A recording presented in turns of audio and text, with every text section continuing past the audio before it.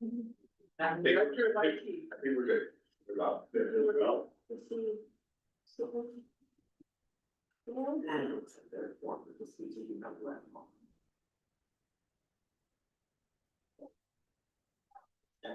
Good. All right, so time has come, and I would like to welcome everyone, and Mayor Orr is Amo in Ottawa, so I believe she's going to be joining us by Zoom. And with that, I would like to call the meeting for Tuesday, August 19th, 2025 to order. And we'll start out with a moment of reflection.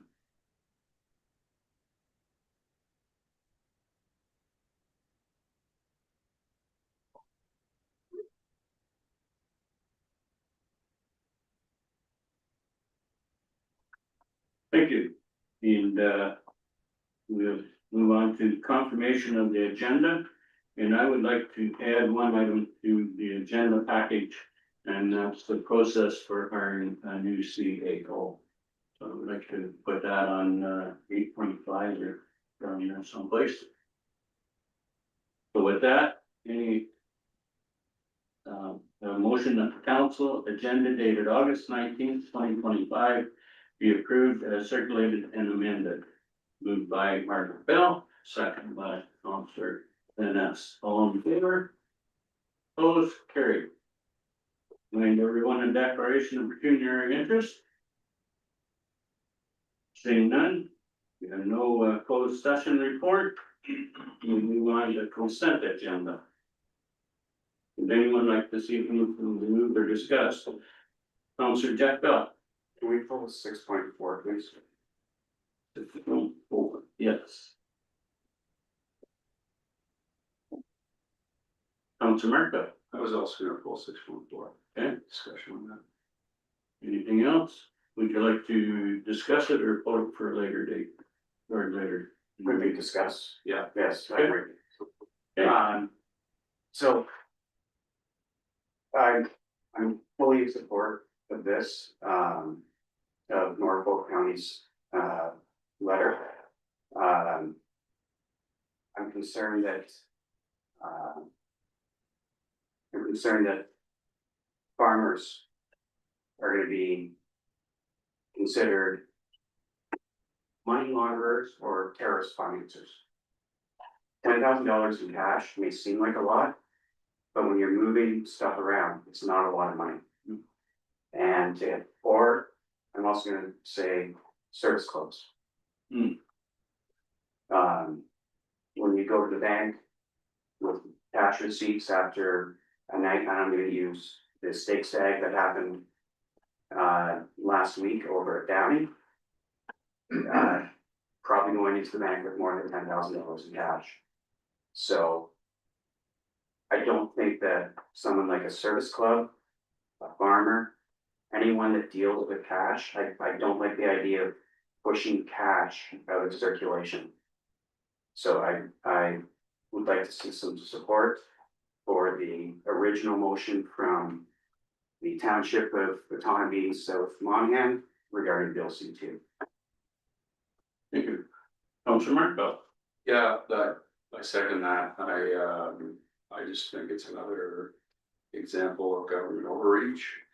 I feel that not just the farmers, but also people that buy cars for their children for cash to get away from scams online and bank drafts that bounce through Kijiji or Marketplace or any of these online sites where you can buy things. There's a lot of scamming going on, and when you pay cash for things, you want to buy your children a vehicle, $10,000 doesn't cut it. So I'd also like to the service club point, there's people that give a lot of money to churches, not for profits, and they pay cash, so I mean, it's also political. Okay. What's council like, letter of support? All in favor? Okay. It was that to draft the letter and send it off. So, motion and consent agenda items 6.1 to 6.7, accepting 6.4 were received for information and that the regular council minutes of August the 5th, 2025 be adopted. Moved by Council Corby, second by Council Jeff Bell. All in favor? Opposed? Carried. Okay, with that, we'll move on to public meeting experience and delegation. And we have a couple from Perth County. Welcome, John. Welcome, Bill. And you're going to explain the road rationalization report.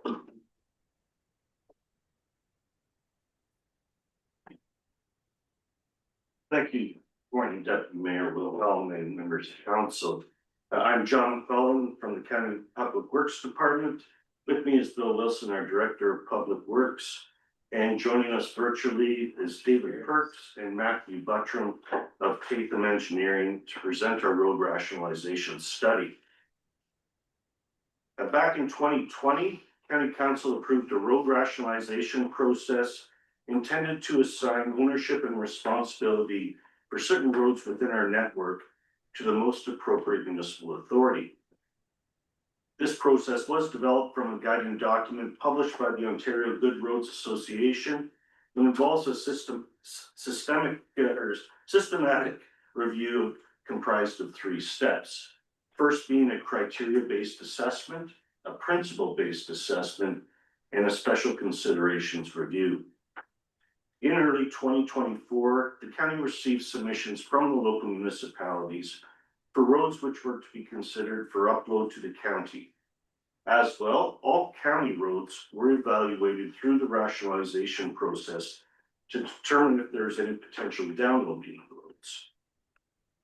The submissions from Perth South included the Whalen line from Highway 7 to Perth Road 151, Line 29 from Perth Road 112 to Highway 7, Line 29 from the Stratford limits to Perth Road 130, and Line 32 from Perth Road 130 to Road 140. County staff also requested that the consultant review Perth South's portion of Olone Ave from Perth Line 32 to the Stratford limits, and Lorne Ave from Road 122 to the Stratford limits. And given that this was our first iteration of the road rationalization process, the county retained Tatham Engineering Limited to provide guidance, analysis, subject matter expertise, and a draft report which they are presenting to you today. As you will see with their presentation, there are a couple of Perth South roads being recommended for upload to the county network. As well, there is a county road being recommended to download Perth South. I will point out that these recommendations have been presented to County Council, but nothing has been approved to date. Our next steps are to present to all 4 local municipalities and receive feedback and comments on this process and its recommendations. We will then compile the feedback and report back to County Council, most likely by the end of the year. County Council would then direct staff, should they want to undertake phase 2 of the rationalization process, which is implementation. And pardon the pun, but this is really where the rubber hits the road. And we find out the financial costs and the impacts should the recommended changes be approved. I will now turn it over to David Perks of Tatham Engineering for the presentation.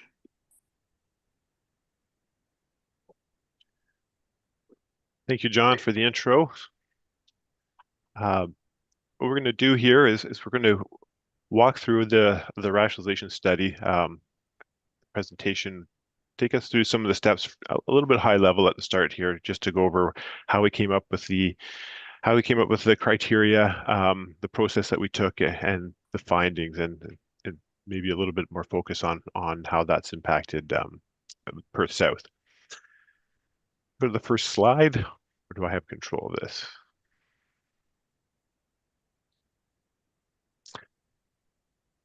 So the study purpose and the reason to do a road rationalization study is to make sure that the roads within the county are actually serving a county purpose. Roads have different functions depending on the municipality they're in, or the county, or even the province. There's different tiers to the roads, and each one serves a certain function in terms of the the things that they're trying to achieve. For a county, we'll go through some of the purposes of a county road in a second. But the county road system is important for the overall health of the county and its municipalities. Specifically, getting goods in and out, getting people in and out to places of work, recreation, all sorts of different purposes that the roads might have.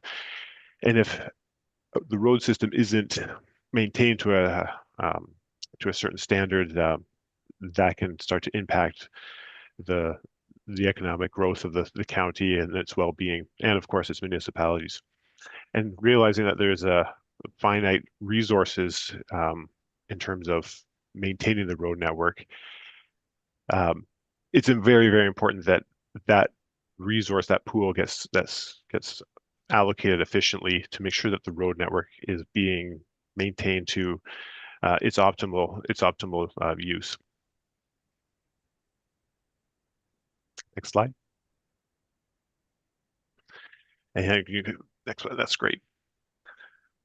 So in terms of the objectives of the study, the first, of course, is to confirm which roads should be county roads and which should be local roads. So in order to do that, we have to identify what is a county road, what is the purpose of a county road versus what is the purpose of the local road. And we go through those steps as to defining what is the main purpose of a county road versus local road. And the intent of this also is to ensure that we've got appropriate accountability to the road users. So if you're on a county road, you know what to expect in terms of maintenance service, what the use is, the function, versus what you get when you're on a local road, and what you're to expect when you're there. So you know there's the road users are being taken, the accountability to the road users in terms of ensuring that the road network is being maintained as it should be, and that the purposes and functions are being met. It also allows for the application of standards and practices that best suit the infrastructure, recognizing, okay, a county road and the specific uses or purposes that it has, there are standards and practices that are best suited for that versus a local road. County roads carry a lot more traffic. They carry through traffic through the county, not just within it. They connect municipalities within and without. And so the intent is for a county road, because it has a much higher function, that there are certain practices that are required to maintain that aren't necessarily required on a local road. And then, of course, that we touched on it a second ago, is just that we need to have a smart and focused spending of county funds, realizing that if we're maintaining roads that aren't serving a function of the county and if they're not serving the function of the county, then they're really not serving the municipality well from that level as well. So we want to make sure that the funding is spent as focused and smart as possible. So we're maintaining the roads as best we can. Next slide. So again, the first step is to really identify what is a county road. What is the role of a county road? And county roads serve higher traffic volumes. They serve all types of vehicles and purposes, whether it's commercial vehicles, trucks, whether it's recreational, whether it's commuter traffic. They tend to travel longer distances through the county. It's not just getting around inside the county, but it's getting goods and services to the county and to places within the county, and getting services outside of the county to adjacent jurisdictions. They tend to accommodate longer distance travel, and they connect areas across, and again, external to the county. That chart there just gives you an idea of the functionality of a road. So as you get down to the local road, the focus is more on local access to properties, driveways, commercial driveways.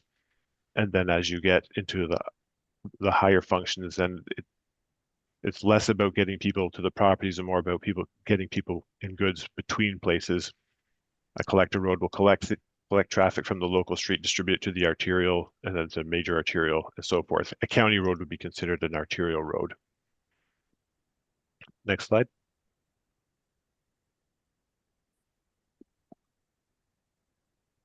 This is just sort of gives context to why we're doing this the rationalization. is in how it's able to be done. As under Section 52 of the Municipal Act, the county has the power to establish the road network, maintain the road network, and add or remove roads to and from the county road system. So that sort of gives the framework as to how the county is able to do this. And again, the intent is to maintain a county road that not just serves the county, but of course the municipalities within it. Next slide. So when we get into the road rationalization, the first thing we do is we take a look at what's been done, where the foundation is for this, where some of the origins come from. Ontario Good Roads Association, that's sort of where the basis of a lot of the criteria come from. They've established a number of criteria, recommendations, guidelines, and we of course looked at those and took a look at what of those roads were attributable to Perth County, which were appropriate, which ones maybe didn't suit the county or didn't serve a purpose in the county because it really it wasn't something that the county wasn't an issue they had or such. So we looked at that, and that sort of got the foundation. Then we looked at a few others: Dufferin County, Grey County, Simcoe, and Oxford County, and they've all done road rationalization studies. And we looked at what criteria they were using to see if there were criteria that were employed there that weren't employed, that weren't mentioned in the OGRA. OGRA again it's a sort of a starting point. There are other, you can tailor your road rationalization to your county, and you should, to make sure that the purposes and the objectives of the county and the different special things that are unique to the county are covered in the rationalization. We were involved with Dufferin and Grey County in their rationalization process. Simcoe and Oxford we were not, but we used they all had different criteria. Next slide. As John touched on briefly, there were 3 steps to this. The first is a criteria assessment, which we established 8 criteria, which we'll go through in a second, that address specific characteristics of each road section. This one is more drilled down into road sections. It's a point scoring system. There's different thresholds for the different criteria and the points that they're awarded. And it's more the nuts and bolts in terms of number crunching, and it takes into consideration volumes and truck volumes and a few other things like that. The principled assessment is you'll see it when we get through some of the initial results. The principled assessment steps back a bit. It's more high level. It's okay, what has the criteria assessment pulled out, and what, from a principle perspective, there are certain principles of the road network that need to be met that might not be caught in the criteria, because the criteria again is looking at road sections. The principle assessment steps back and looks at the road network at a higher level, and then it's more of a the points awarded are more of a yes no rather than thresholds, as we'll see in a second. Next slide. So we'll go through some of the criteria that we established. One of the important functions of a county road is that it connects the urban centers and the upper tier roads. So if it's connecting 2 urban centers or an urban center to one of your serviced urban centers, those routes are important for the economic well-being of the county. They're important for employment, people getting around. They're important for goods transfer between urban centers. So there was points awarded for that. Again, if there are other, it just sort of identifies that there are important places within the county that need to have good access, and they need a road network that provides that, whether it is for employment or recreational or goods movement. Whether they're connecting the urban center to an urban center or one of your centers or centers of employment to the upper tier, like one of the highway 23 or highway 8, we want to make sure that traffic is flowing to and from those places as well as possible. So there are points awarded for that connector service that a county road should be provided. We looked at from the official plan, the county's official plan, urban centers, serviced urban areas and villages, and that's sort of how the basis of how the points were structured. If it's an urban center or serviced urban area and it's connecting, then there's a certain amount of points. If it's village, then it's a little less, but the intent there is just to make sure that that a county road is providing that connectivity. Next slide. We also looked at heavy industry service. So if there's roads that are serving heavy industry, commercial traffic, understanding that those roads are important for, again, economic health, but also there's roads are hard, trucks are hard on roads, and county roads are built to carry those types of volumes. It's not to say that every road that has high truck volume, it should be a county road. It's just that it should be a consideration when we're looking at establishing county roads. Barrier service is a county road should, if there's a barrier within your county, whether it's a river, for instance, that we need to get traffic across, a county road would provide service parallel to that barrier and to a point where that barrier could be crossed. Again, probably the best example would be a river or waterway when it comes to Perth. That you need to get across, that there is some sort of service to get you across that. Otherwise, your county and your land is severed and you can't cross it. So we want a county road should be able to bridge that. Next slide. Traffic speed. So again, we mentioned that that county roads are intended to carry high volumes of traffic, and the intent is to move traffic. It's not local access, so they tend to have a higher speed. It's not that they have to have a higher speed, but they should be able to, and most of them will have a higher speed limit. So there were points awarded for that. Traffic volumes. Again, that's the higher the volume, then it's an indication that there's it's an important connection, that it's carrying higher volumes of traffic. So there are points awarded for that as well. The next slide. Some other criteria we have, it continues within Perth County. So this is where you want to get from north to south, east to west, that there's some sort of, the road network is providing that connectivity. So when we look at these road sections, are they providing something? Are they, in terms of connectivity throughout the county, or is it just an isolated road section that maybe is not appropriate because it's not providing a wider service? So that continuation within the county is important. Continues beyond Perth County, again, is also important in terms of roads that are connecting to higher, like to county roads on the outside of our borders.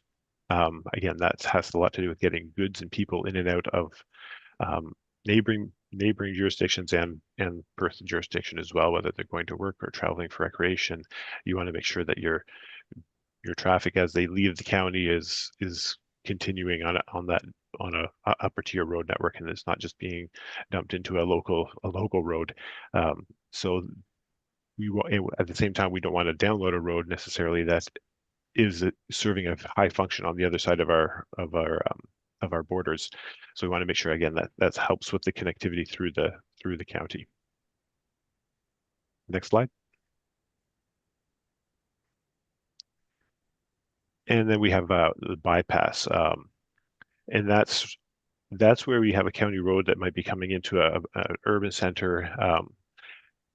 The road network changes its function once it gets into a downtown core. So it starts to become more about access. So it becomes more about pedestrians and more about people, who might be parked car access to storefronts and things like that. So, and then you end up with congestion in the downtown. So if you can find an alternative route to get around some of these urban areas, and to get traffic around it, then you can establish the county road. Is it serving that sort of purpose? Is it getting people around other areas that might be congested or serving another purpose, and the volumes that are trying to get through are unnecessarily getting into congestion. So if it's providing an alternate route, they can get points for that as well.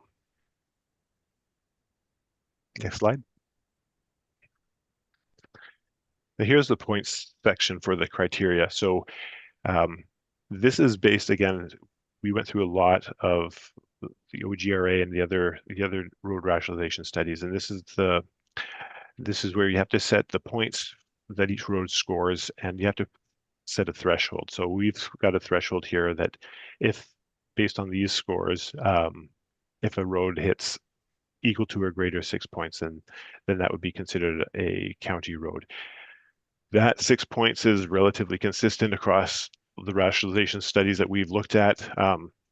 Most of the studies will use criteria between 8 to 10, maybe 11 criterias in their assessment of the road section. So for us, we've got these points that you can score if it's an urban or upper tier connector. There's 0 to 4, 0 points, 2 points, or 4 points, and it's essentially, is the road connecting an urban center? And that would be a 4 points. If it was just skirting the edge of an urban center, then it's 2 points. Or if it's not connecting anything, then it's 0 points. Or not just an urban center, but or an upper tier connector to another upper tier road. Heavy industry, that's just basically how many trucks are on the road. And if there's a threshold in there. If it's greater than a certain point, then it's 2 points. If it's less, then it's 0. Barrier service, it's either providing a barrier service or it's not. Traffic speed, it's either posted above 80 or posted at 80 or above or not. Traffic volume, 0 to 5, there are different thresholds in there. For instance, if it was a less than 1,000 annual or daily trips, or up to 2,000, there's different thresholds in there. They score different points for that. And then again, is it providing a continuity through Perth, or is it continuing beyond Perth? There's either it is or it isn't, so it's 0 or 2 points. And then the same with bypass route. Is it providing a bypass route? Yes, 1 point. If it's not, then 0. And those get totaled up for each road section. And then it comes into we look at the score there, and if again 6 points is that threshold, and that's again fairly consistent on all the reviews that we've looked at. And so it's what we've set for Perth as well. Next slide. After the criteria section, we have that higher view. Again, the criteria is looking more at road sections, so it might not be capturing the overall network in an appropriate way. It's because it's focused on sections rather than corridors. So that's where the principal step comes in, where we take that bird's eye view and we take a look at the county road network. And that's where we've got these principles for the county road that have been established. So a county road should provide appropriate north, south, or east-west service. So it shouldn't be a road that doesn't do that, that just stops, or it's not providing connectivity across, or whether it's north, south, or east, west. It should complement the provincial highway system. Complement it doesn't mean be parallel to it. It means that it services it supports the highway system. So it gets traffic to the highway in a meaningful way, and it gets people from the highway to to other areas in the county. A county road should be direct, succinct, and intuitive. That's for Perth County, that's fairly strong already. It's fairly grid-like. There's not a lot of, it's not too confusing your road network. It's actually very, very intuitive as it is, but that's a good thing. So we want to look at road networks to make sure from a high level that it's doing that it's providing a high degree of connectivity. Of course, that's sort of fed through much of the rationalization process. It should be along the shortest practical route. We don't want meandering roads. For a county road, that's not the purpose of it. The purpose of a county road isn't going out for Sunday drives, and it's got a purpose of getting people through. So you want to have the shortest practical route. And this next one is important. It's not providing redundant or parallel service. You don't want county roads that are on top of each other in terms of, kilometer apart or less. Like if there's two, then you end up splitting your resources and maintaining two roads that are providing the same service. So that's something that we want to get away from. We want to try and eliminate redundancy and parallel service from your road network. It does not extend, the county road should not extend through urban downtown areas. And again, that has to do with what the purpose of a county road is versus what the purpose of a local road is. we've seen a number of counties. We've seen, of course, the province do it as well, where they've taken highways or county roads that run through an urban area, and they've downloaded that road section because there are planning aspects to that that are things that are better dealt with at a local level than at the county level or at the provincial level in some cases, where it's that's where you're looking at road access and or access to property, and the whole purpose of the road changes quite a bit once you get into these downtown areas. And of course, the county, one of the principles is that it should be capable of being improved and or maintained as a county road.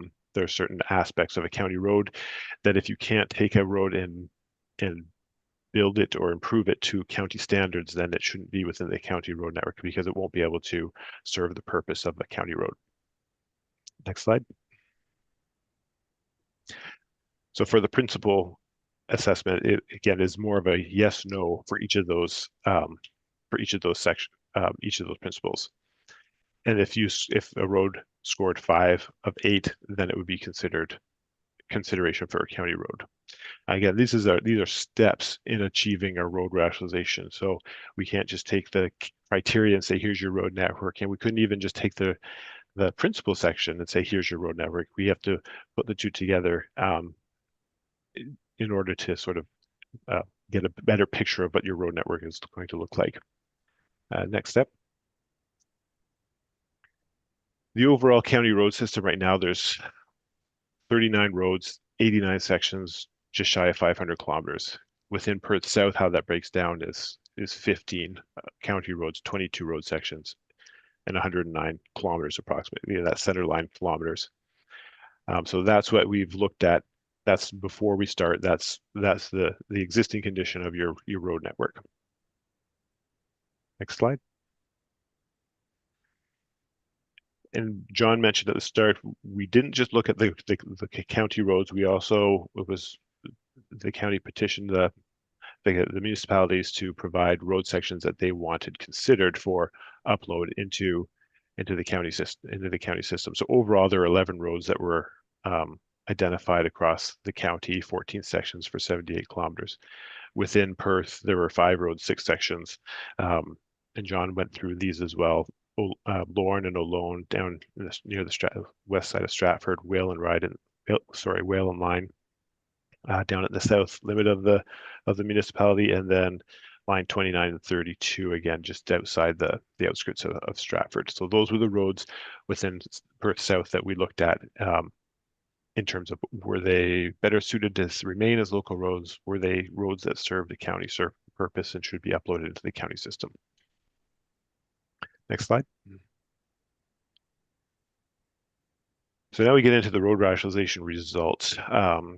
These maps are actually in the reports that we provided, and they show what happened when here's your existing road network. Here's what happens with step 1 and step 2, and then we get into step 3, which we'll discuss a little further, which are the special considerations. That's where we massage at the end. We say, what have we missed? What are the intricacies within Perth County that don't get captured in that criterion principal assessment that should be, and that's where the county staff comes into play. We'll just go through a little bit of the results of the different steps that we've done here. If we go next slide. So, and this is where this what demonstrates why you have to have multi-steps in doing this. And this is similar with most of the rationalization process that we go through with different jurisdictions as well. And if we just apply the criteria assessment, which is just the numbers, and it drilled down at sort of microscopic at when we were looking at road sections, there are 29 of the 89 roads that do not meet the criteria, which is 137 kilometers, which is 28% of the road system based solely on the criteria would be considered not county roads. They wouldn't meet those criteria, which is why when you look at that, you're like, whoa, that's a bit of a shocker, and it's why the road rationalization study is more iterative, and there's different steps to go through it. And through that criteria, there were 3 local roads that were considered as candidates for upload to county. Within Perth, seven of the 22 road sections, those are county road sections, would not meet the criteria, about 40% in terms of kilometers. And in terms of the local roads, two of those local roads, Lorne and Olone, those were candidates through the criteria assessment that were identified that those would probably serve a county purpose. Next slide. So that's when we, again, apply that higher level where we step out. And if we just go with the criteria, we're going to find a lot of gaps in our road because one road section might not meet the threshold, but the next road section will. So one's being dropped and one's not. And so it ends up causing gaps in the road network. So that's where we could go into our principal assessment. So, okay, let's take a look at the overall road network. And you can see it drops quite a bit. Once you do the principal assessment, that we go from nearly 30% or 28%, I think it's 28% that were identified as not meeting the criteria, and it drops down to 9%. And that's because we start to fill in those gaps. We start to say, okay, no, although that one section drops, it's important for the corridor of the overall road network that it may be maintained, it gets maintained within the county. And so we see all of that, some of these roads start to come back in because they're serving, in terms of principle, they serve that county purpose. And then when we look at that, now we've got 8 local roads that are to be considered as county roads. So it brings a lot more into the road network. Within Perth, now you're only looking at 3 road sections that don't meet the criteria. And now there are 3 road sections, Lorne and Olone, and now Whale and Line, that are now identified as, hey, those are roads that, yes, they're local, but they might be better suited in a county context. Next slide. Now, in the end of that, that's when we sit down, we get we look at the road network that's been pumped out through the criteria and the principal assessment, and we look, are there any issues in that road network? Are there anything that was missed by those 2 steps? Is there anything that has local importance or county local importance that maybe isn't captured in something that's a little more generic in the application of the criteria, the principles? And going through that, we found that there are 5 road sections that don't meet the criteria or satisfy the principles for county roads, and they're listed there. Line 56A, 88A, Perth Road 147, and Perth Road 151. In terms of those, 56A, again, we looked at it and said, yes, not really satisfying all these things, but it's a very specific road that's important. Although it's short, it's important in terms of connectivity, turning movements. That's on a bend of one of the roads, so it's an important road that should be maintained within the county. And the same with Perth Road 147 is that it's a very important piece in that northern section that provides a north-south connection. So although they didn't meet the county road networks, those should be maintained to maintain connectivity in the road network. With respect to Perth Road, or to Perth South, Perth Road 151 and the south limits, that one was identified for transfer to the municipality. It's got low volumes. It does connect to a upper tier road in Middlesex, but road with the traffic, once they're hitting Perth, it's dispersing. It's dispersing east-west on Whale and Line. It's not really going up 151. The volumes drop off quite a bit, and then 151 just comes in and stops at 8. So traffic is already heading over to 23, or they're heading over to 139. So that 151 isn't serving the purpose of the county at that point. The traffic is already dispersing east and west before it even gets to 151. So that road, it's sort of an isolated road. It's not providing the north-south service. So that one was identified for transfer to the municipality. Next slide.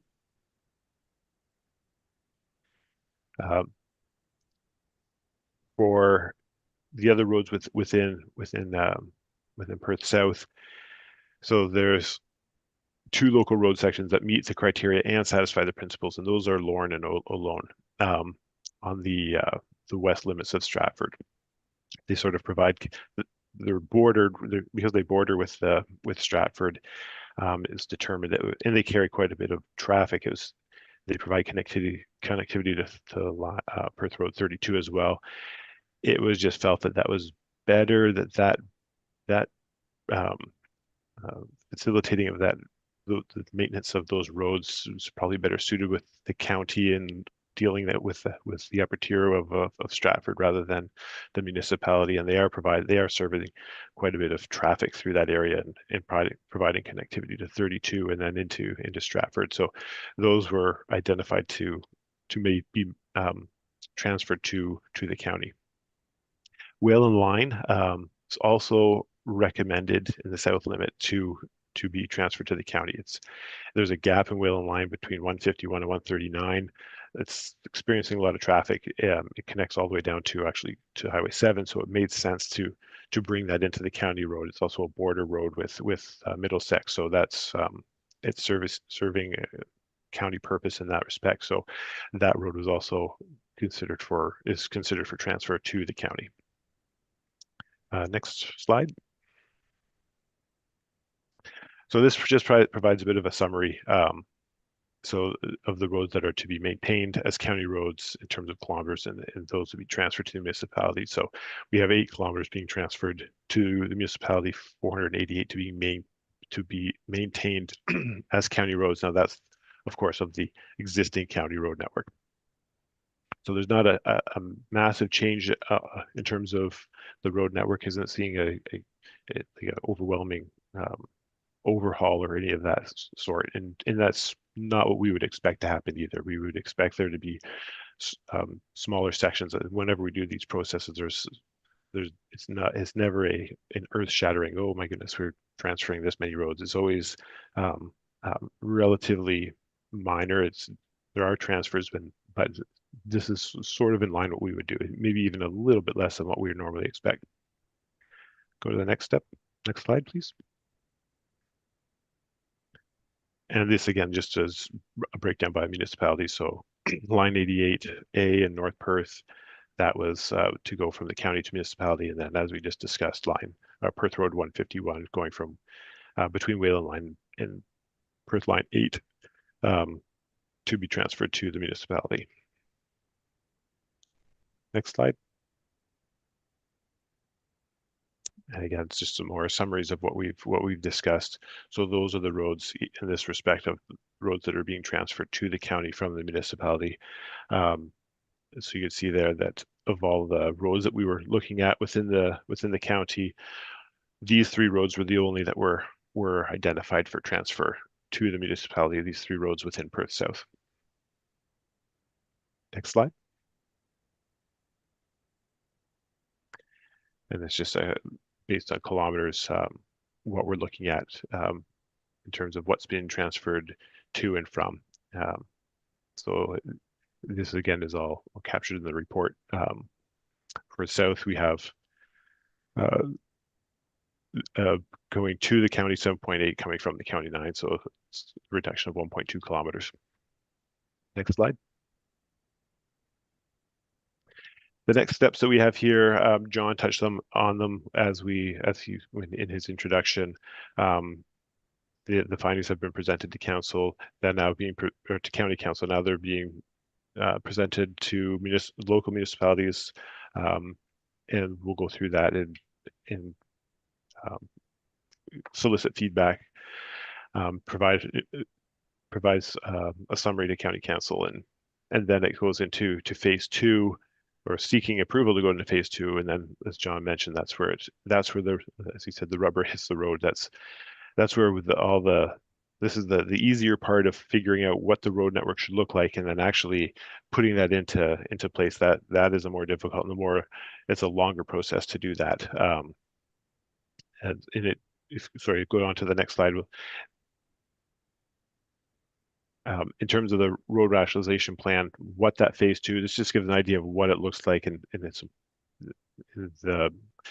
we've got a road network, we've got our recommendations, and now it's a matter of how does that get triggered, and how do we do that? Is there just a do nothing? Now we've got our recommendations, but we're not going to do anything with it. We're going to transfer the roads in their current state, or we're going to transfer them in an improved state with structures? We're going to transfer them with concessions. So there's a whole different set of um, processes that have to go into phase two. And then also, as I mentioned there, how do we stage that? It's difficult to just do it all at once. There's cost implications, of course. So that's all what comes out of phase two, which we haven't proceeded with that yet. That still needs to be approved by council to look into that. Next slide. And this just brings it back to the purpose of the road rationalization study, and that's to make sure that that the county has the right size is the term that it gets used is that the county road system is right size, that its purpose, that its function and purpose is that for the county. It's we don't have roads that shouldn't be within the county road network, and we don't have local roads that should serving as local roads that should be within the county. We want to make sure everything is for the county. The road network is serving the county's overall purposes, which of course benefits and serves the local municipalities. So it's a road network that needs to be correctly identified and correctly sized, so it is meeting those functions, and it's functioning well and healthy, and that the roads are maintained to a standard and that is attributed to a county road, and that and if it's for the health of the county and its municipalities, that gets done, because we do realize that we realize that there are resource issues, not just in Perth County, everywhere, when it comes to maintaining road networks. So we want to make sure we're maintaining the roads that are serving that purpose, and that if it's not serving that purpose, then those funds should be spent on roads that are serving it. And it's for the betterment of the overall county and its municipalities and the people who are traveling, whether they're traveling through, whether they live in the county. So it's an important step. It's not an easy step, but it is an important one. And next slide. Now that's it for the presentation. If there's any questions, of course, we're here to answer those. Before we start questions, there's some people standing in the hall. There's seats in here. You're welcome to come in and join us. Okay, questions for John? Councilor Corby. I noticed in phase two, I'm glad there was 4 options there, because the 3 roads that Perth County want to upload, we have spent a lot of money on them over the last 3 or 4 years, like the new bridge. I mean, there needs to be some compensation or a thought to whatever we're taking off the county should be to the same degree of what we've invested in those 3 roads. So it's just I'm glad there was 4 options in phase 2 that should be considered before there's a decision. John, would you care, or Bill, care to comment? Through you, Deputy Mayor, that's what the implementation phase was for, is to consider all those costs associated with the assets, the condition that they're in. As you say, there has been big investment, not only in the Wayland line, but also a whole road in there with the bridge and the work being done. So those things all factor into the implementation and costs associated with the assets and transferring it. So. Any questions? Councilor Burness. Just a question here, on the rating system here. You've got about 8 different things here, and I live in line 29. And I just noticed here under heavy industry, it's rated as 0.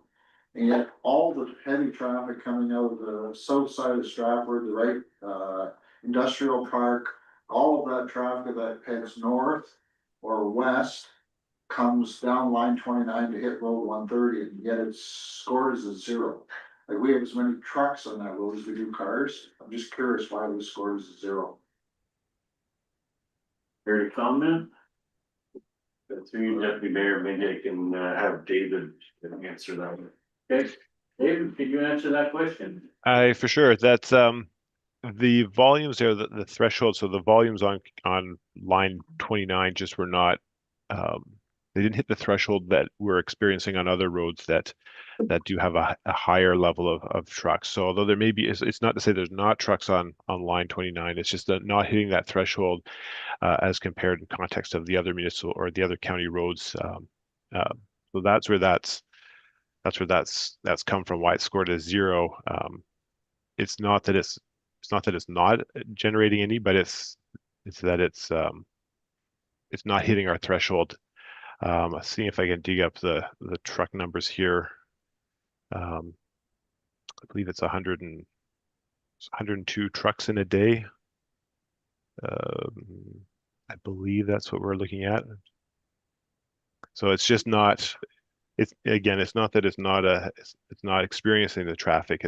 We have to do these in context of the overall road network and what we're experiencing on other roads. So the roads in relation to other county roads is just not at the threshold that we would where it scores a point. No, thank you. And then one further question. Yes. For all these roads that you have listed here, were traffic counts done on them? And I assume that's in 24, were that in 25 for all those various roads? Under Deputy Mayor Wilhelm, I guess we updated all of our traffic counts on all our county roads and as well any, as we mentioned to the local municipalities, well before this process started to take place is that they were providing submissions for roads to be considered for upload, that they should be updating all of their traffic counts as well. So yes, all that data is up to date. Like 24 or 25 then? Correct. All right, thank you very much. Further questions? Well, looks like you're getting off very easy. Dave, thank you, David, John, and Bill for your presentation, and we'll look forward to the next phase. And thank you. Thank you. Thank you. Motion that we Perth County Road Rationalization Study Report be received for information. Moved by Councilor Markel, second by Councilor Murray. All in favor? Opposed? Carried. Okay, we'll move on to Director of Public Works. Ken. Thank you, Deputy Mayor Wilhelm. First report here is my update report. I've been working at the, helping with the pool quite a bit. And we have some culvert structure work ongoing right now, on Road 140 and on Perth Oxford Road. Those are in the middle of the repairs being done. Everything seems to be going okay. One thing not on here was the tree power program was announced or put live yesterday through Upper Thames Conservation Authority. So the online tree order stuff is open now. People can go on and get their trees. We're in the middle of doing the notice or advertising for that as well. And then the tree power pickup would be on September 27th here in St. Paul's. Okay. Good. Questions for Ken? Councilor Martin. If you could talk a little more about the time you're spending at the pool about equipment operations, what's going on with the equipment there? Everything. There's a little bit of everything. Just chemicals. Yesterday, there was problems with the electrical system out there. I found out appears to be the fridge that was tripping the breaker. So now we got to look at a new fridge just for the staff to have their lunch and stuff in. So, but it's just, yeah, it's not one continuous thing. It's just almost little things that there seems to be. Good. Councilor Jeff Bell. Just, there's, so the municipal drinking water license renewal, when are those due? The renewals are due to be submitted. I don't have the exact date, but it's October, I think. Okay, so we're not passing on those. No, but we need it, part of that, there's a whole bunch of information that we need to have and the financial plans. is one component that we need to get done, so we can get that component included in the submission, so that council will see that, coming Next meeting. soon, yeah. Thank you. Councilor Van Ness. Could you give us an update on, when the paving for Road 130 and line 29 will start, and how long would you, expect that to take? Bill or John, they just, Yeah, I I guess know. I would ask that. That's the- It's really county stuff, last I heard, it was somewhere around the end of August, they were going to start the recycling component of it, so then the If I recycling. can interrupt, sorry, Bill. Should have ran with you. I feel that you're still here, Councilor Van Ness had a question. Just yeah, I wonder if you could give us an update on when the paving work will start on Road 130 and the time frame of that. Yeah, sure. Through self-deputy mayor, last update I had from the general contractor was they're moving in on the 25th of August. Which I think is Monday. Either gonna start on line 29 or on our Perth Road 130. Recycling on both those roads will probably be about a 5-day operation. And then there'll be a period of time while that recycled mat cures, and then hot mix will be placed probably within 2 weeks after completion of the recycling. Now, one final question, is the county replacing the culvert? That'll be on the north side or just south of Sebringville? There's a culvert before you get to the bridge. Yes. So that one will be replaced before the pavement, so. That's gonna be tight coordination of work. That culvert is tentatively booked to start on September 2nd. So working with GIP and the contractor, they're separate contracts, to facilitate how we're going to complete that north block of 130 while that road's closed for access. Thank you. Thanks very much, Bill. No problem. Sure, thanks. Stand Oh, on I it. knew a bit more behind it, but. Remember, that's what, yeah, that's what I was thinking, it was fun to say. Okay. Further questions? Seeing none, I have a motion that the Director of Public Works update report be received for information. Moved by Councilor Jeff Bell, second by Councilor Corby. All in favor? Opposed? Carried. Drainage Superintendent report. Yes, thank you, Deputy Mayor Wilhelm, Scott's update report there, if anybody has any questions, trying to answer, I know he's still busy. With drainage work, so, not going on. Okay. Any questions on the drainage superintendent? Councilor Van Ness. Just one question, has there been an appeal date set yet with the drainage tribunal for the Scarlet Valley drainage, you know? No, we did get confirmation from, them, they'd asked for some more information from that, but there hasn't been no date or anything, set yet, so. Thank you. Okay, I have a motion that the drainage superintendent update report be received for information. Councilor Mark Bell, second by Councilor Van Ness. All in favor? Carried. Okay. We'll move on to the Ontario Transfer Opinion. Yes, thank you. Last report here is, report on the Housing Enabling Core Services, grant that we received from the, province. The grant is for reconstruction of Station Road. And the plan is to upgrade, Station Road to a full urban road cross section, including, curbs and storm sewer sidewalks.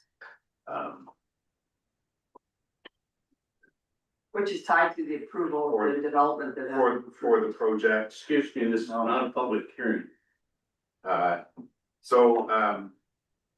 The grant, or the agreement is included in the package for council's information. It needs to get executed and sent back to the province. So we're able to receive the funding. Additionally, BM Ross has been involved in the project. They helped with some of the grant submission, and they're aware of other stuff that's happening around in the area. So I would recommend we have them start the engineering on the project for us as well. If anybody has any questions. Council, any questions?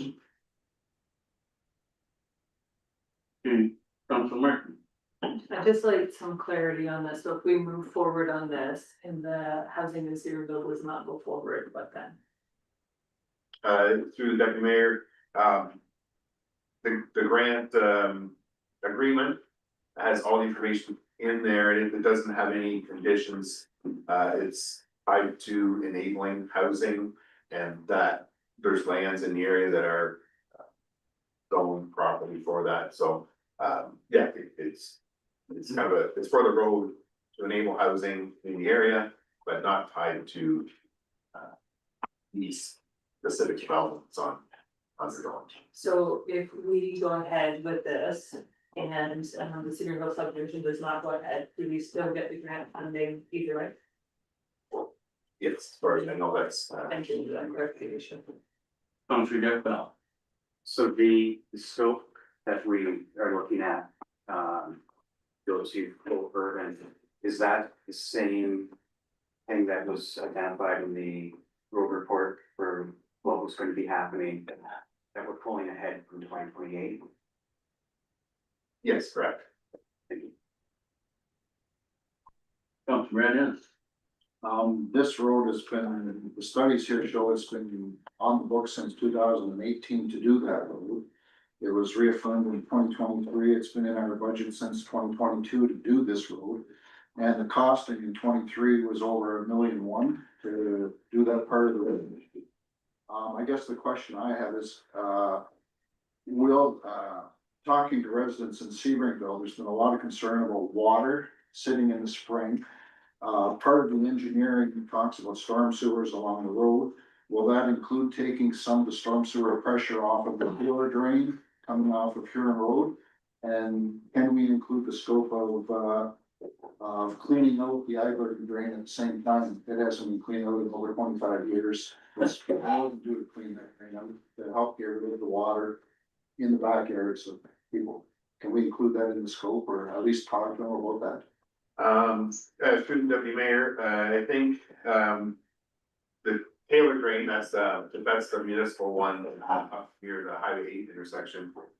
We could definitely have them include, and I think it would have been the expected outcome anyway, to include, getting that water, into Station Road storm sewer, and if we wanted to work on the municipal drain, I would think the best would be for council to, recommend that we petition for maintenance on that drain, through, just through Scott, through normal maintenance, process.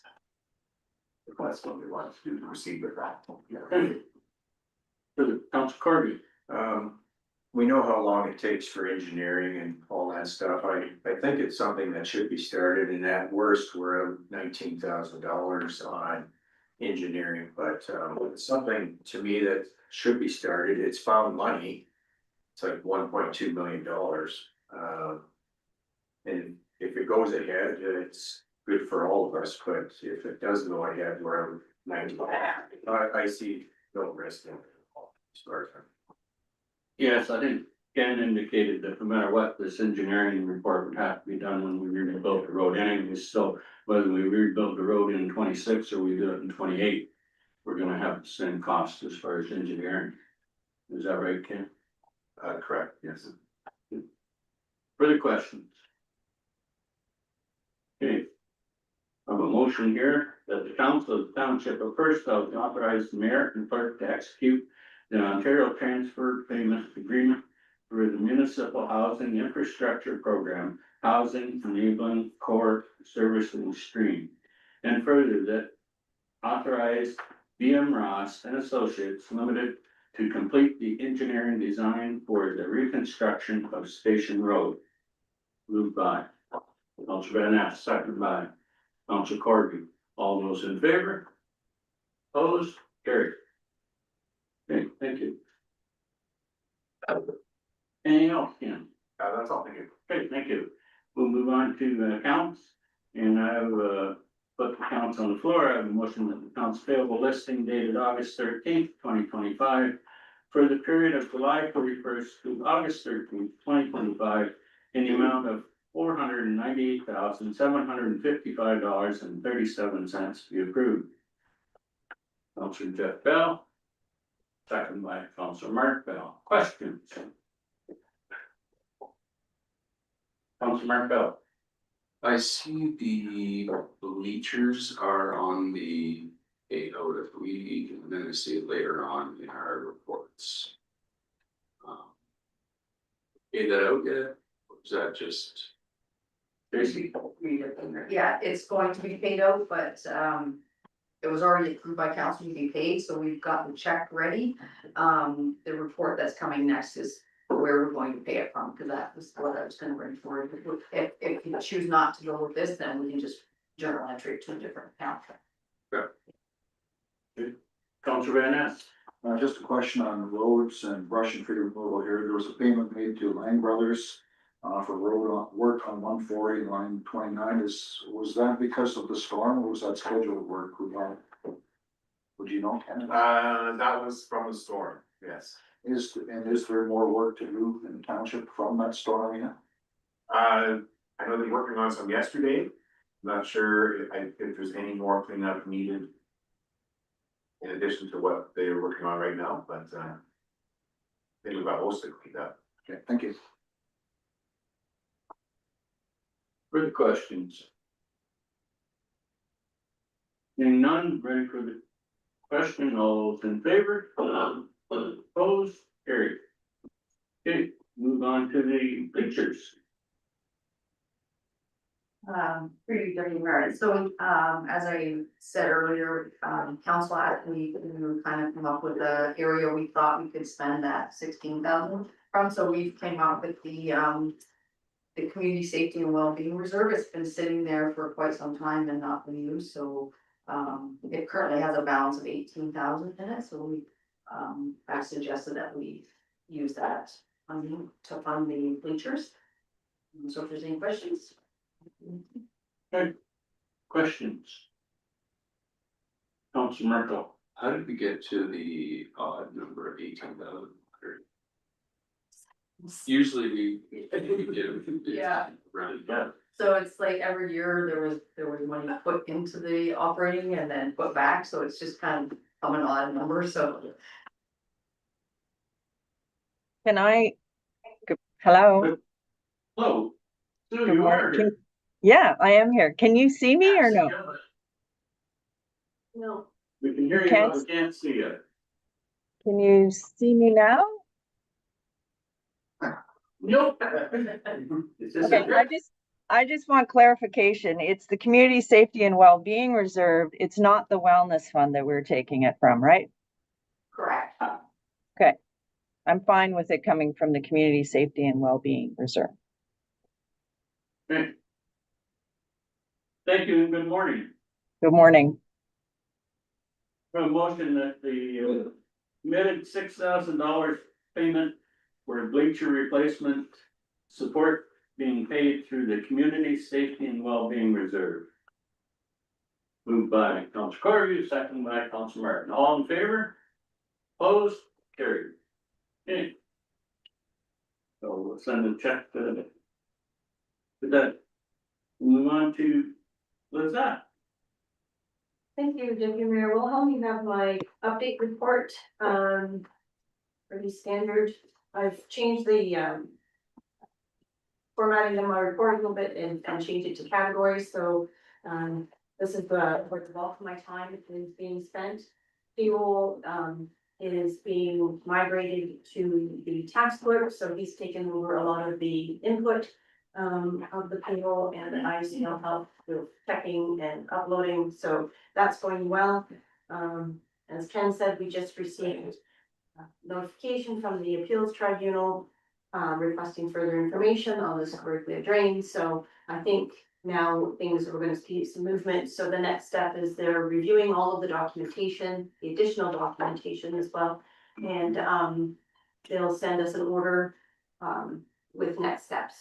And then we'll circulate to all of the landowners, once we get that information. And so if you have any further questions, I'd be happy to answer them. Questions for Lizette? Seeing none, I have a motion that the clerk's update report be received for information. Moved by Councillor Jeff Fell, second by Councillor Martin. All in favor? Opposed? Carried. And, council payroll, putting on the floor, I have a motion that the report regarding council payroll in July 2025 dated August 19th, 2025, including a total payroll of $5,321.88 be approved. Moved by Councillor Van Ness, second by Councillor Jeff Bell. Questions?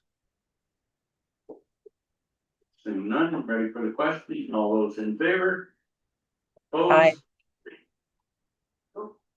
Oh. Dude. No, I Sorry. just, I said aye, because I don't think you can see me, so I'm voting yes. Thank you. Okay. Anything else, Lizette? No, that's it. Thank you.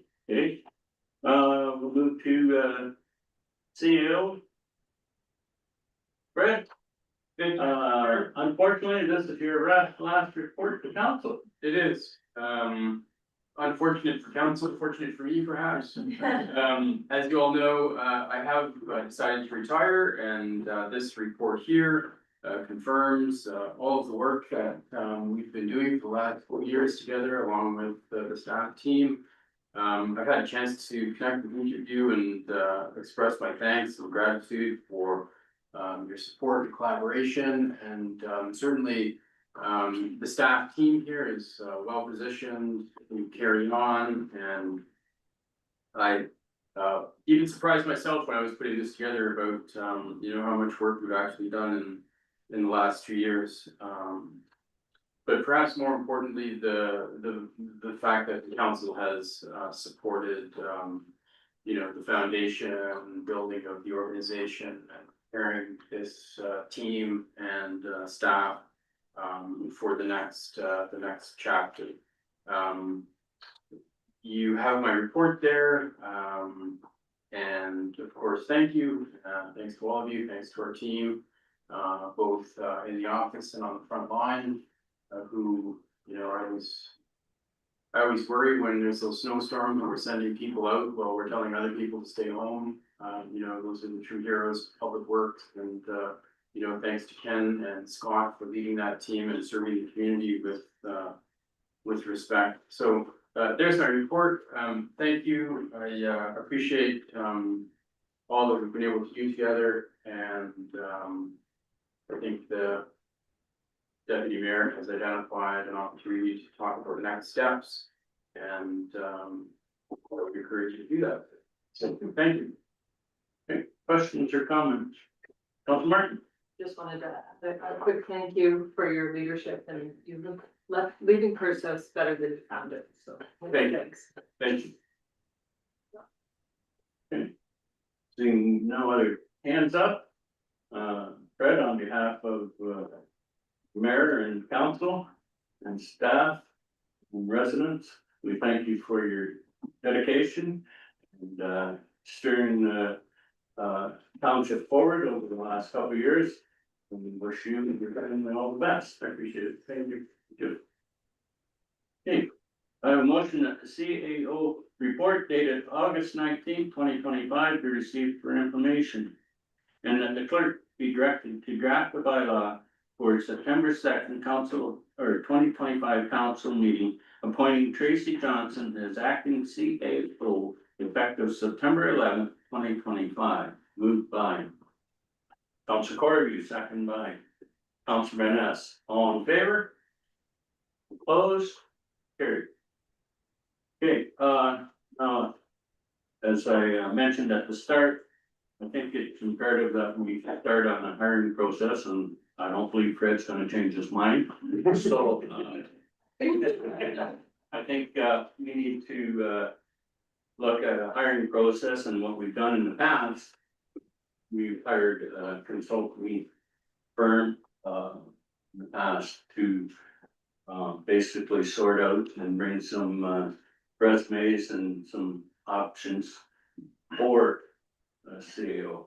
And in the past, we used Nigel Bamble Chamber, and it's obviously been very successful. He brought us bread, so I'm gonna throw the floor open to comments and thoughts on council on how to proceed forward. I think the last time we had the mayor, deputy mayor, and one council member sit on a hiring committee. So thoughts, questions, Council Court. I think we should go back with Nigel, he already knows this, he's ahead of it. I think that would be my recommendation, that we use Nigel again. Okay. Further comments? Councilor Jeff Bell. I wasn't here when we did the last hiring, but I do think that that's unfortunately a process that we need to get started sooner rather than later. Yes. Okay, Councilor. I'm just curious if there are any other options that are known to be successful and maybe a little bit more affordable. Yeah, I think that the mayor could hire someone Oh, okay. on her own. Okay. I think she has the power to do that currently. Yes. But other than that, I don't think of, I can't think of anything. Good morning. Good morning. If I Yeah. could just mention, I mean, there are other options. There is Waterhouse. They will take a percentage of the wage. Here at AMO, there's a company called Strategy Corp. They would also potentially help us out. But I would agree that Nigel knows us. He helped us get Fred, so I would support that. And I do also support that there would be a committee of 3 that could potentially help us hire. I do have the power to do it, but I would like to work together as a group. Further, Councilor. I think Nigel's fantastic, don't get me wrong. It was just, I'm wondering, do we have any costing on that? Have the rates changed? Is it a percentage? Yeah. I understand his cost would be $20,000. And then talking with Fred earlier, he thought the Price Waterhouse would be around 18% of the wages. So Nigel would be less money at that rate. Full support. Councilor Martel. I think where my mind goes is are we hiring a new CAO, or do we want, does Tracy want the job? Are we there yet? Has she thought about it? That kind of thing. Are we hiring more support of the treasurer even? Well, where my thought is that we go through the hiring process, and Tracy is certainly welcome to put her resume in if she feels that's the direction she would like to go. And then we can handle that process in being transparent that we've hired the best applicant for the position at the time. And I think that's probably the best way to go. Okay, do we need a resolution or? Yeah, I think that would be good. Okay, you wanna read one out? Well, so based on the conversation, it seems the consensus of council is that you'd like us to approach Nigel. We have heard rumors that he may be slowing down, so I think maybe the first step is to see if he's even willing to help us in this process. If I can, Yeah. I think Nigel has said yes. Oh, okay, well, that's good. So then, yes, we could have a motion that council appoint Nigel Belchamber to assist in the CAO hiring process.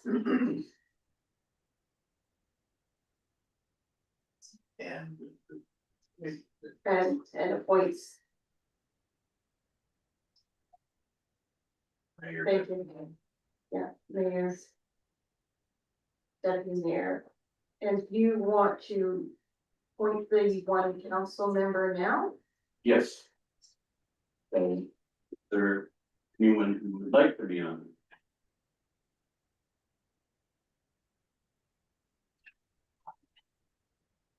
Council Probably Martin, during the day. pardon? Jeff, usually, yeah.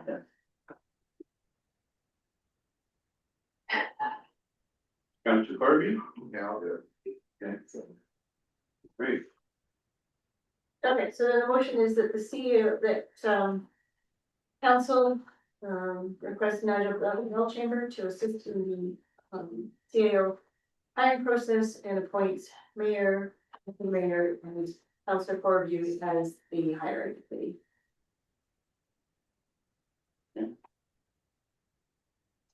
All right, with that, do I have a mover and a second? Council Martin, second by Council Mark Bell. Any questions, comments? All those in favor? I didn't hear a Sue vote. Carried, yes. Carried. Thank you. All right. So we'll move on to correspondence.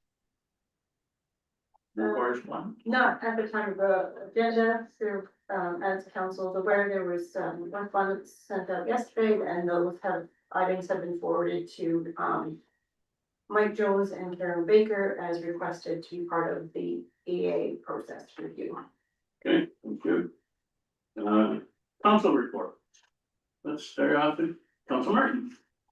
Wow, I have nothing to report, but I do have a quick question, on vandalism. I might bring that up. Maybe we update us on the park vandalism that happened. Through Deputy Mayor, I think, so it was identified, early Sunday morning that, they weren't able to, open up the washrooms in the pavilion. So it appears someone tried to kick the doors in, so the doors are bent and the locks don't work. Expecting, to get the locksmith out today. Help get the doors open. So there's gonna be some work preparing the doors, the locks, and the downspouts of the straw as well, are kicked and crushed, so. Reported to the police. Overall, Councilor Jeff Bell. No, and I'm just, I guess a question for the group. Did anyone attend the webinar on strong mayor cups last week? I was tied up with. So, just curious. Councilor Van Ness. Had a couple comments. I missed my opportunity here with John and Bill here. It looks like there's a possibility that the road crossing, the railroad crossing in Sebring Road is finally fixed properly. They used concrete this time instead of asphalt. And so far it looks fantastic. I'm really hopeful that it stands up and we will not have that bang all the time. Yeah. So good. That's it. Councilor Corby. No, all good, had a mobility bus meeting and, the trouble is, they can't buy new equipment without a donation or a grant, so I reached out to, Matthew and, he's trying to help us out. They've got a bus that's 2015, they've spent 20,000 on it already. And it's getting close to the value of it, so there's a point we have to stop or replace it, so. Trying to work something through there. Thank you. Councilor Mark Bell. Nothing. Quiet. Councilor or Mayor Orr. Good morning. Yeah, I attended Family Fun Night in Kirkton. There was a record crowd, I would say, 200 people potentially, families. It was real joy to see that kind of community come together. I am currently in Ottawa at the AMO conference. We've had some great speakers and a lot of networking happening. Some announcements are going to be put in the paper, but yesterday Doug Ford did announce that there is potential. Well, I think if he's saying it, it's not potential, it's going to happen. They're going to do a housing fund where they knock the HST off for first home owners. So that was one of the bigger announcements. Plus he announced 1.6 billion for infrastructure for Ontario, which sounds like a lot of money, but it might not go too far with infrastructure costs. So, yeah, I'll be back later this week and I look forward to hiring a new CAO, but I definitely am going to miss Fred. I appreciate all that he did for us and he will be missed in my eyes. He helped me through a difficult time. Thank you.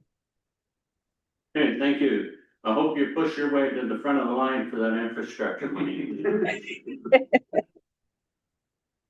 Okay, yeah, everything's quiet with me too, so we'll move on to mayor's update report. Any questions on that?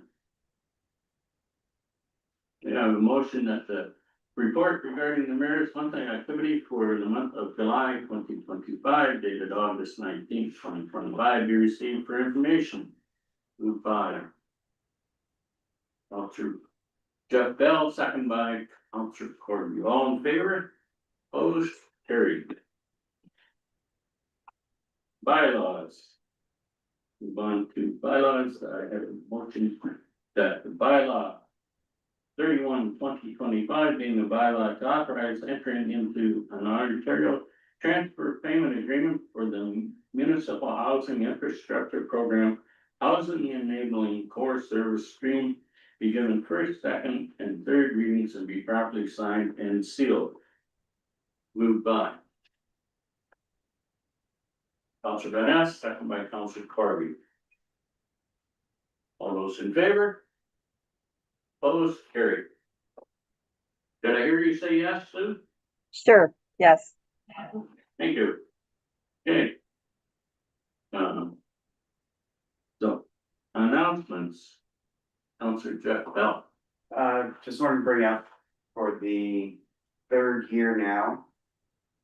The Optimus Club of Downey is partnering with St. Mary's Kinsman, Stratford Rotary, and Stratford Cruises Group to host a community car show September 13th. Over there in St. Paul's.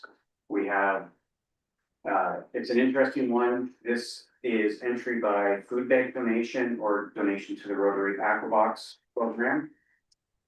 Downey provides the facility. The Kinsmen look after the food. Rotary looks after the gate and delivering the donations to the food bank. It's a fun event. It's bring a car, truck, tractor, motorcycle. We've had lawnmowers, snow blowers, or some of the, just about everything. So we have parking stalls painted all over the soccer fields. It's a really fun event. So I just wanted to mention that. I believe this year at Township office. It's from 9 to 1 on Friday or Saturday, September 13th. Great, thank you. Any further announcements? Okay, notice of motion. Seeing none. Any other business? No. Okay, we have public question period. This is allows public in attendance, a maximum of 2 minutes per person and duration of 15 minutes. Is there anyone in the public? Go ahead, please stand and state your name. With your permission, I'd like to stay seated, if that's okay. Yeah. My voice, Jeff Bell will attest to the fact that it will carry.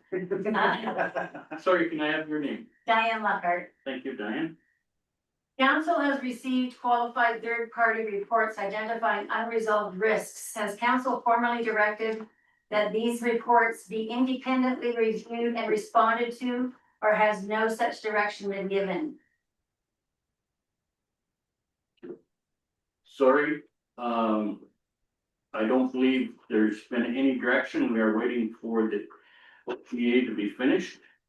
And once that is complete, council can review and make decisions.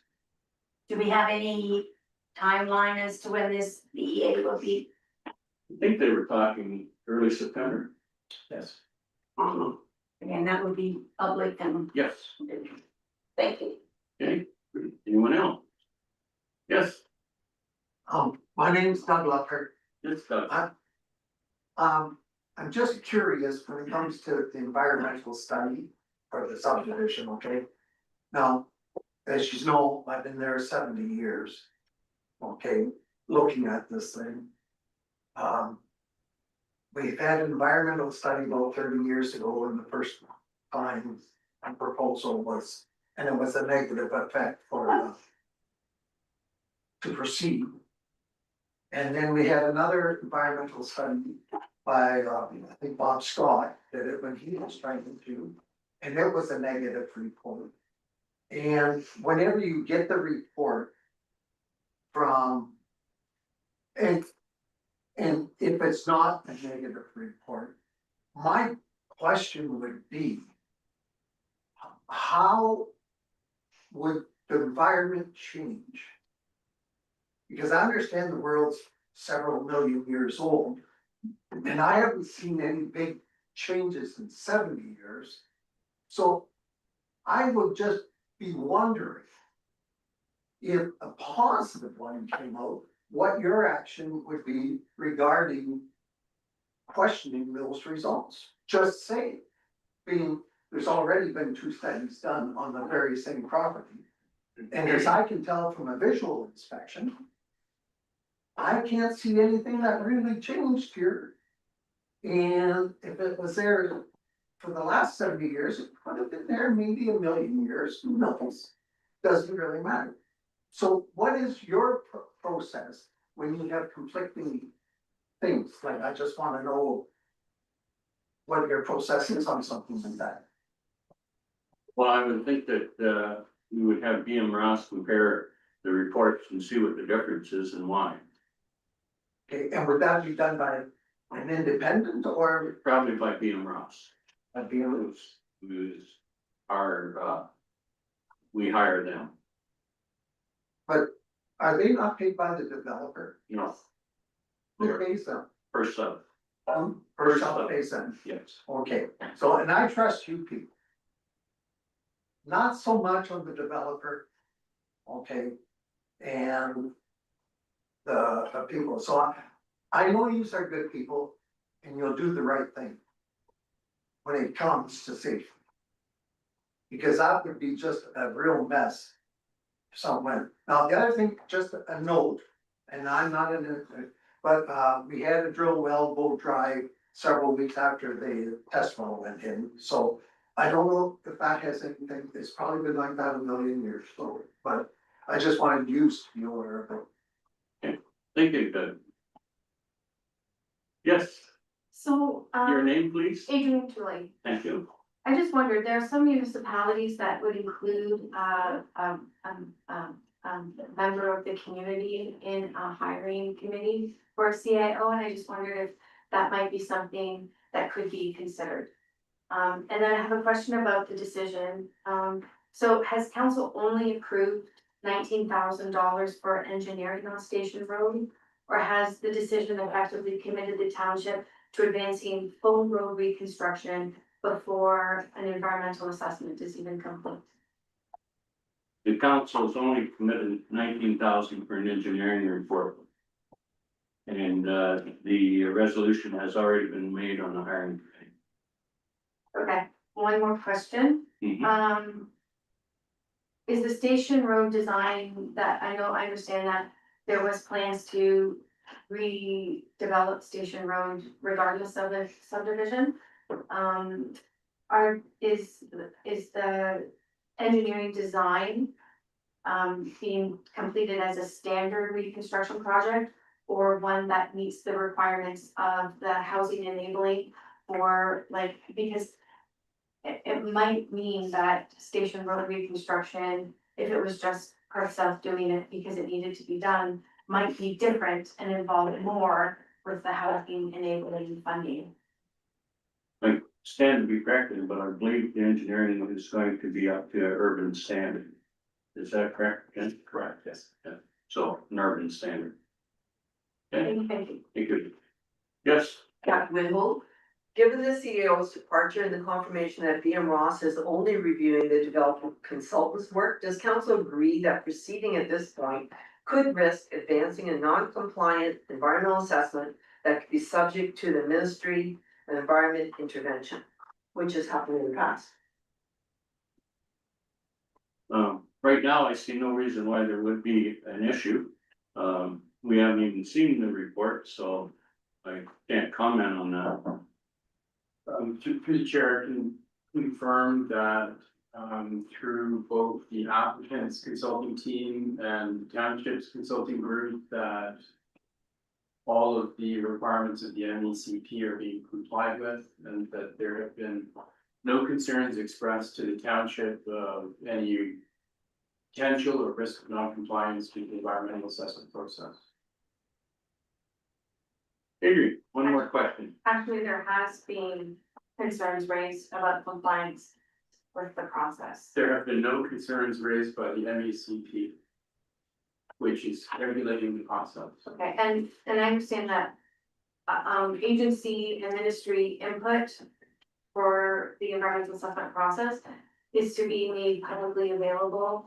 And like, for example, at the phase 3 open house, that information like Upper Thames River Conservation Authority and ministry feedback should all have also been available at that time, as well as like financial costs, life cycle cost analysis and those sorts of things. So through the chair, at phase 2, there was no preferred strategy for the technology for the servicing plan. So it was not possible to develop a financial plan because the engineering strategy for treating wastewater was not yet settled.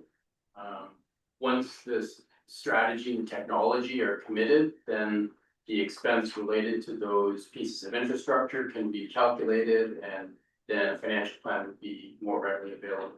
So that would be part of phase 3? That's my understanding. Okay, and just, it's because there are no council updates, reports made available outside of just questions being asked by council during reports and that sort of thing. And no reports or presentations or opportunity for questions and discussion outside of decision points that are being made. I just wondered if there would be a way for there to be a more transparent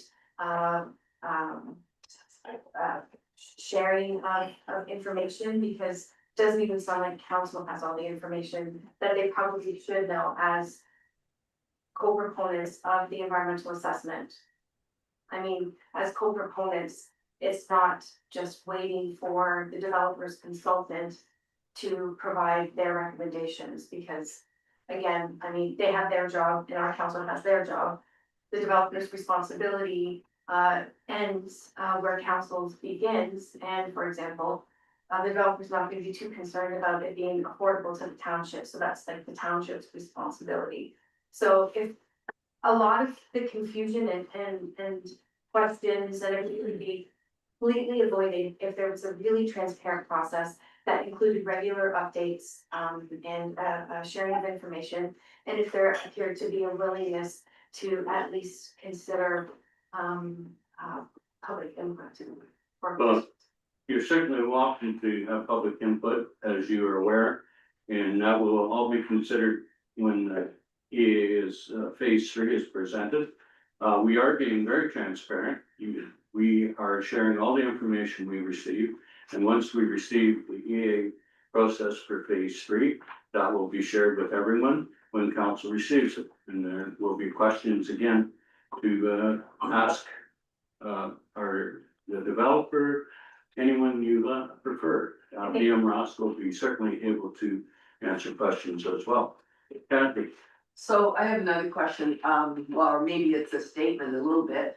Why was council not bothering to inform the Upper Thames River Conservation Authority of number one, the open house as they had asked and requested? And they only heard about it from me the next day or 2 days later when I bothered to call them. And the next day they held an emergency meeting of water source protection, planning, development, whole bunch of high powered directors were invited to emergency meeting once they found out the open house had happened and hadn't been invited like they requested. Why is that being held back? Because they're one of the ones that stopped the process the last time, perhaps? No, I can't comment on that. That was held by the developer. As an But I thought no, yeah, Okay. let me speak, please. That was held by the developer. Open house, and everyone was invited, and you were able to share comments at that point in time. That was not helped by Purcell. So as co-proponent, you didn't have anything to do with that at all? No. Okay, that's interesting. Doug, one more question. One more, it's more of a statement. Yes. That's why we don't really have a lot of faith in the developer. Because Upper Thames had no reason to lie that they did not contact him. So I would just hope council would keep eyes wide open when it comes to this development. I mean, wide open, please. Definitely. Yes, sir. Is the restructuring, Can- for Alan maybe, is the restructuring of Station Road also include like widening Huron and putting a turning lane, or is there any work done on Huron? That would be the engineer's report, but maybe Ken has some information on it. Work that for us to do on Station Road, reconstruction won't have anything to do with work on Highway 8. However, work the developer has been doing, they have had discussions with the MTO on a turn lane. That they need to get completed somehow, if they proceed, so. I don't know how that will get implemented, but it's not a reconstruction of Station Road component necessarily. Okay, And that's MTO that will make that decision, right? yes. Thank you. Further questions? Okay, well, thank you very much. Enjoyed our public question period, and we'll move on to our confirmatory bylaw. The bylaw 32-25 being a bylaw to adopt, confirm, and ratify matters dealt with by resolution of the Township of Perth South, be given first, second, and third readings, and be properly signed and sealed. Moved by Council Carter, second by Council Martell. All those in favor? Opposed? Carried. And we have a motion to adjourn at, looks like it's about 11:13, 12. Moved by Council Martell, second by Council Bennett. All in favor? Carried. Thank you. Have a great day.